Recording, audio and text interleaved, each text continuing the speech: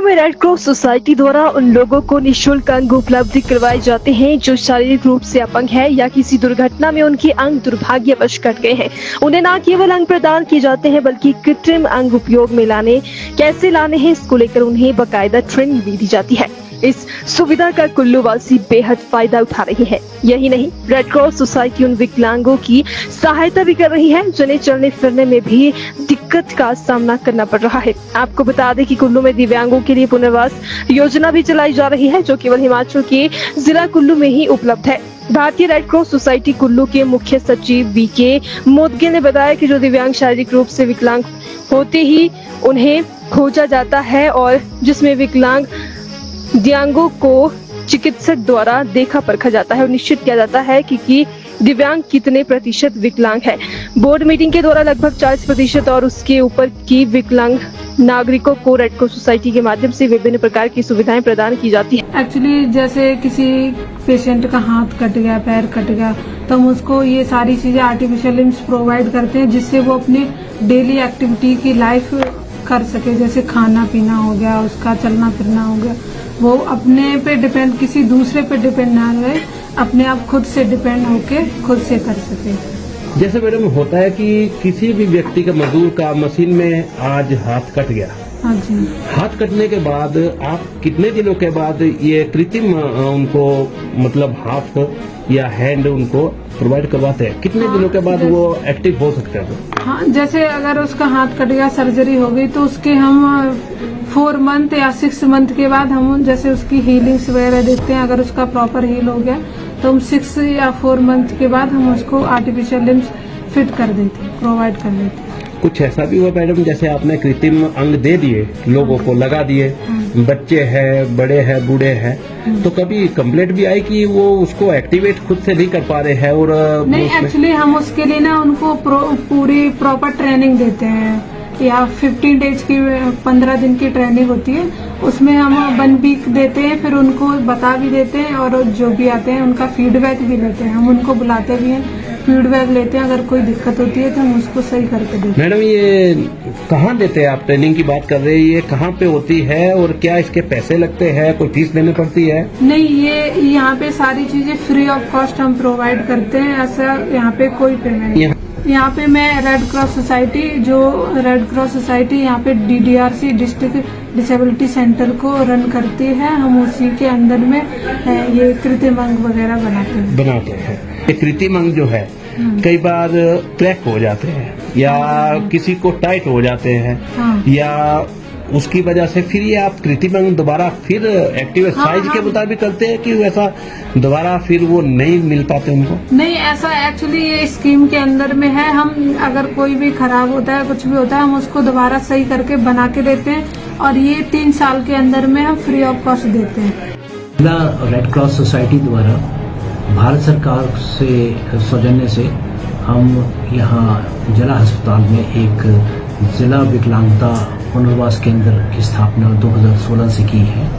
इस केंद्र के माध्यम से हम जितने भी जिला में दिव्यांगजन हैं उनका हम सर्वेक्षण कर रहे हैं और सर्वेक्षण में उसमें हम लोगों को चिन्हित कर रहे हैं, ऐसे लोगों को जो विकलांग हैं और जिनका अभी तक उनको विकलांगता को प्रमाणित नहीं किया गया है।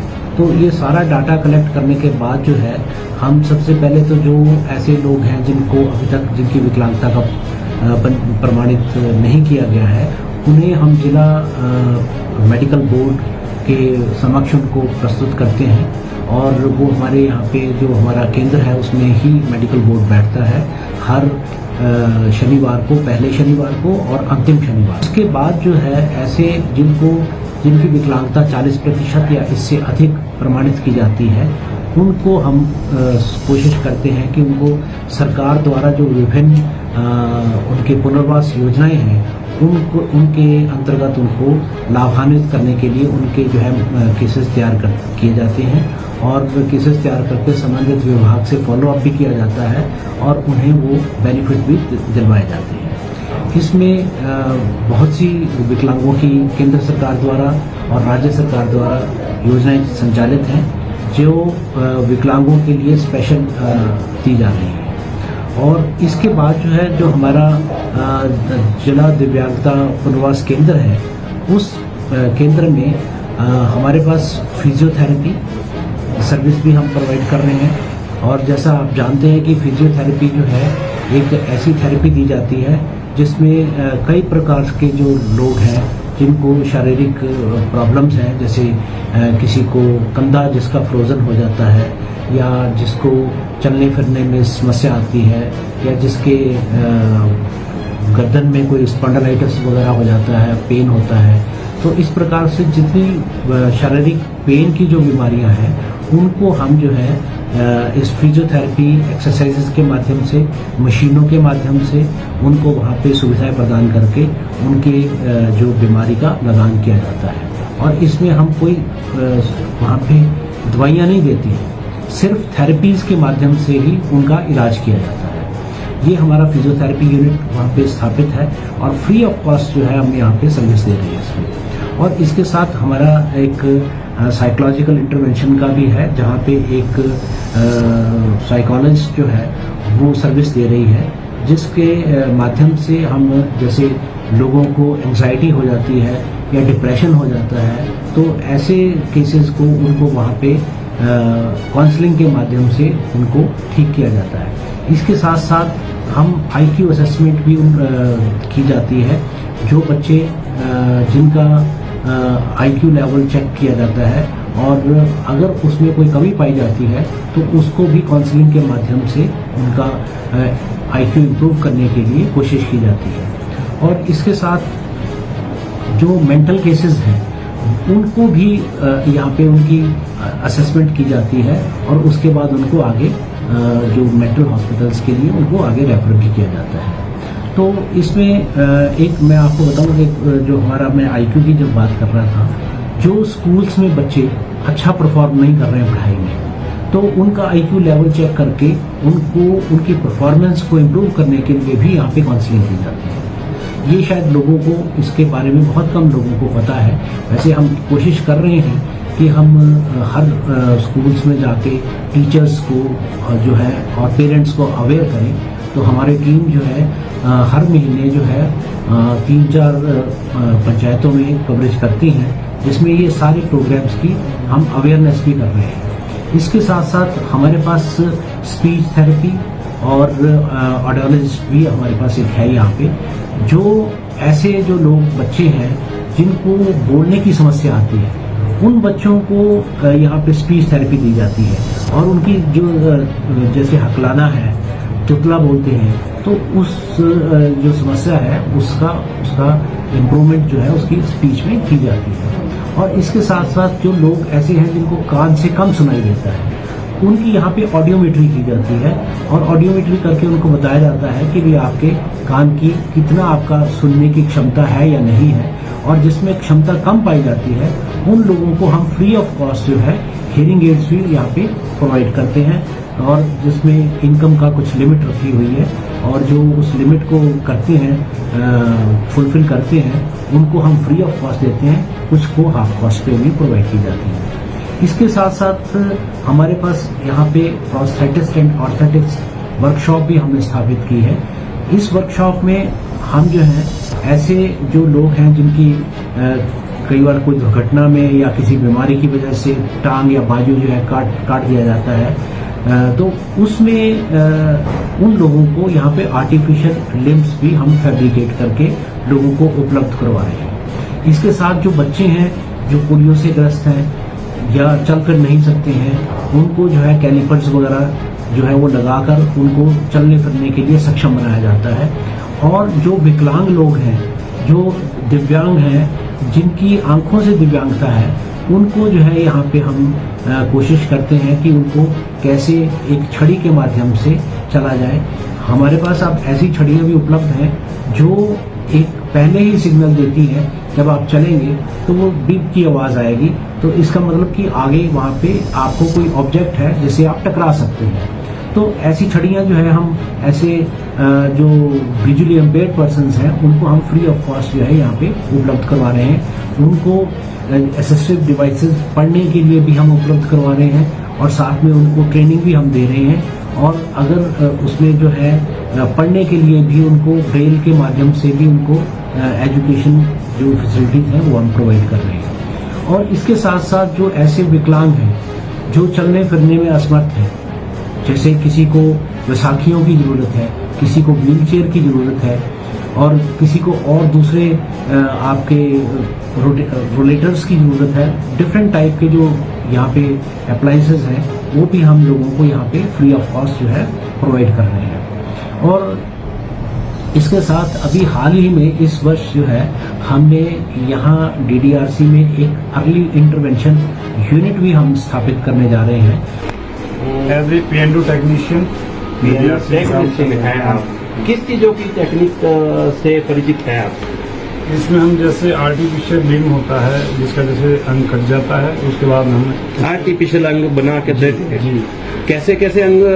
उसका जैसे हम पहले मेजरमेंट यहीं पे करते हैं और यहीं पे बना के देते हैं। जैसे कि हाथ अगर हमारा एल्बो से ऊपर करता है या एल्बो के नीचे से करता है और पाँव का नी से ऊपर करता है और घुटने से नीचे करता है, ये हम सभी यहाँ पे प्रोवाइड करके देते हैं। इसके अलावा अगर कोई पैरालाइज पेशेंट है, लोअर पैरालाइज है, तो उसके लिए हम जैसे कैलिपर्स देते हैं, इस तरह का रहता है, किट रहती है, उसी को असेंबल करके मेजरमेंट के हिसाब से और ये जूते के साथ हम फिट करके देते हैं ताकि इसकी सपोर्ट से वो पेशेंट खड़ा हो। बताइए जरा, बताइए आप इसको एक्टिवेट कैसे करते हैं?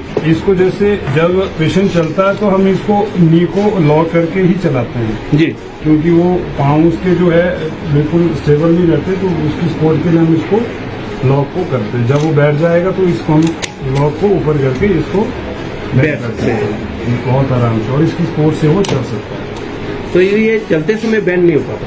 ये चलते हुए बैंड नहीं होगा। अगर बैंड करेंगे हम इसको तो पेशेंट गिर जाएगा, क्योंकि उसके नी कंट्रोल में नहीं होते हैं, उस वजह से वो आगे गिरने के। कोई फिंगर्स वगैरह भी आपके पास यहाँ पे तैयार किए जाते हैं? फिंगर वगैरह कट जाते हैं? सिलिकॉन, वो सिलिकॉन वाला डिपार्टमेंट रहता तो वो नहीं कॉस्टली रहता, तो हम आप नहीं कर पाते। हाँ, बाकी ये हाथ जैसे कि ये है हमने जो यहाँ पे तैयार किया हुआ है जी, ये हमारा जो है एल्बो के रिस्ट के यहाँ से कटा हुआ था, तो हमने मेजरमेंट करके जो है ये वाला हिस्सा तैयार करते हैं, ये हमारा आगे से बन के आता तो ये कुछ एक्टिवेट करे होगा जी? बिल्कुल। इसमें खाना खाते समय या कुछ ऐसे? इसमें दो ही मूवमेंट होती है, ओपन और क्लोज जी। जैसे कि हमारा राइट हैंड है जो कि ठीक है जी, जैसे लेफ्ट कटा हुआ तो ये लेफ्ट है जी। मान लो किसी चीज के साथ हम इसको सपोर्ट कर सकते हैं जी, मान लो इस पे हमें काम करना है जी, इसको हम पकड़ सकते हैं इसमें जी, और मतलब दूसरे हाथ से हम इसको जो भी है कट कर सकते हैं। जी।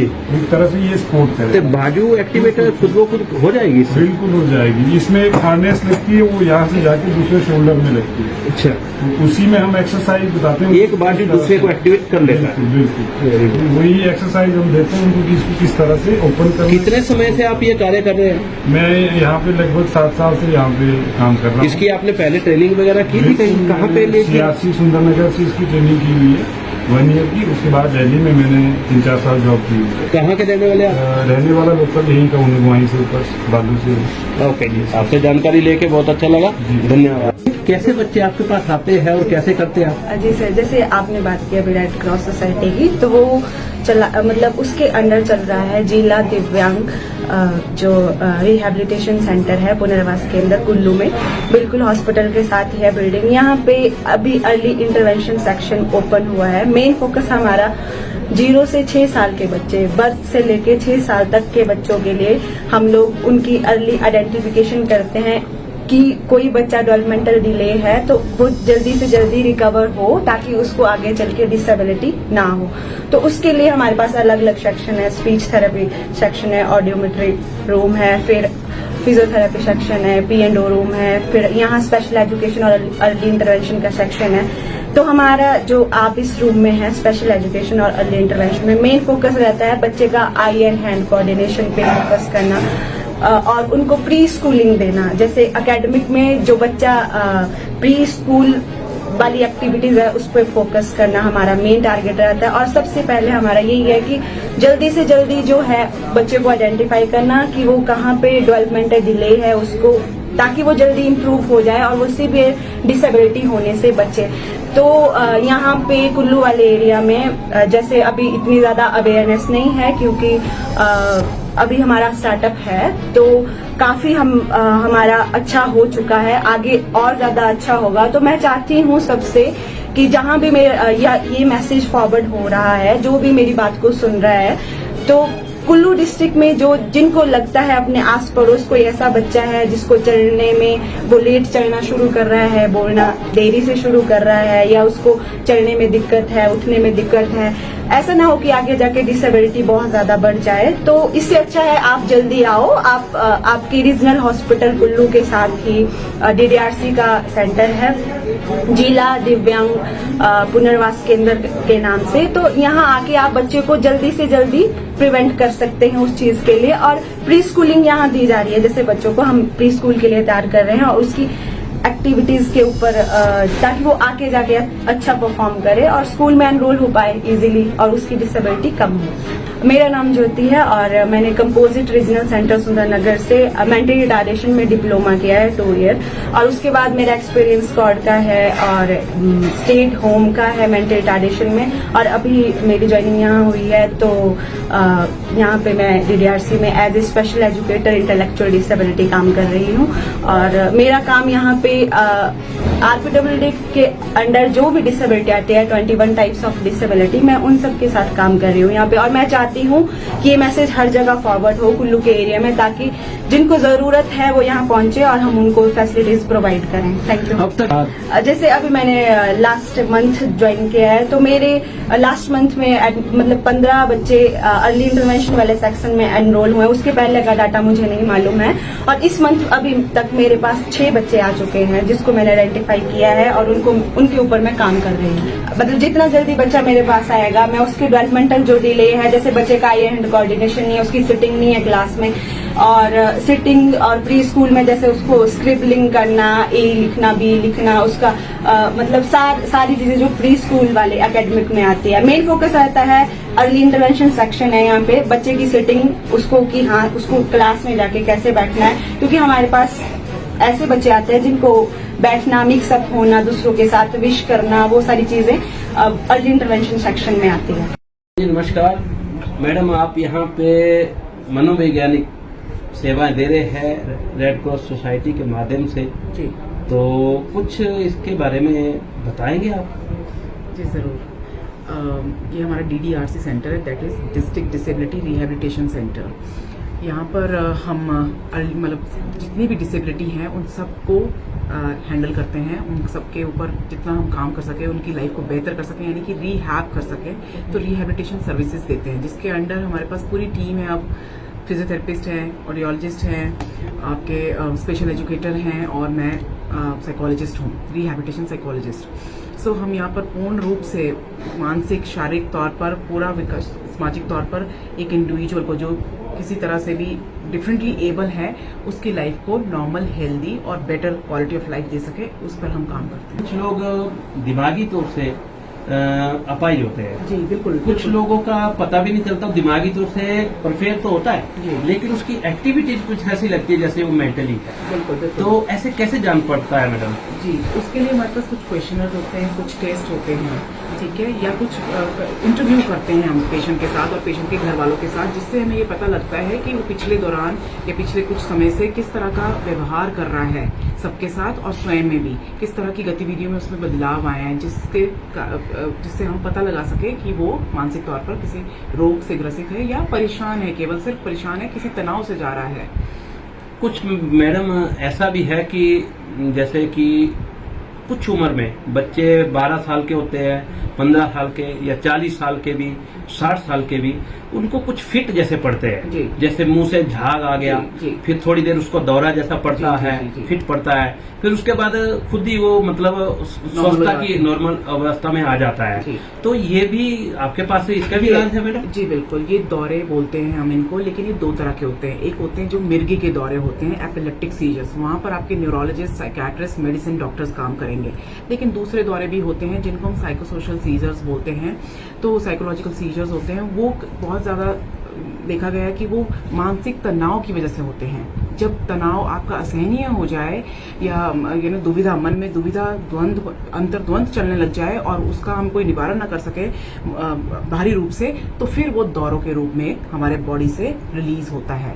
और वो दौरे कुछ समय के लिए होते हैं, कुछ स्पेशल सिचुएशंस में होते हैं और फिर बाद में स्वयं ठीक भी हो जाते हैं। लेकिन धीरे धीरे ये समस्या बढ़ती चली जाती है अगर इस पर हम इलाज ना करें। तो इस पर साइकोलॉजिस्ट बहुत अच्छा काम कर पाते हैं।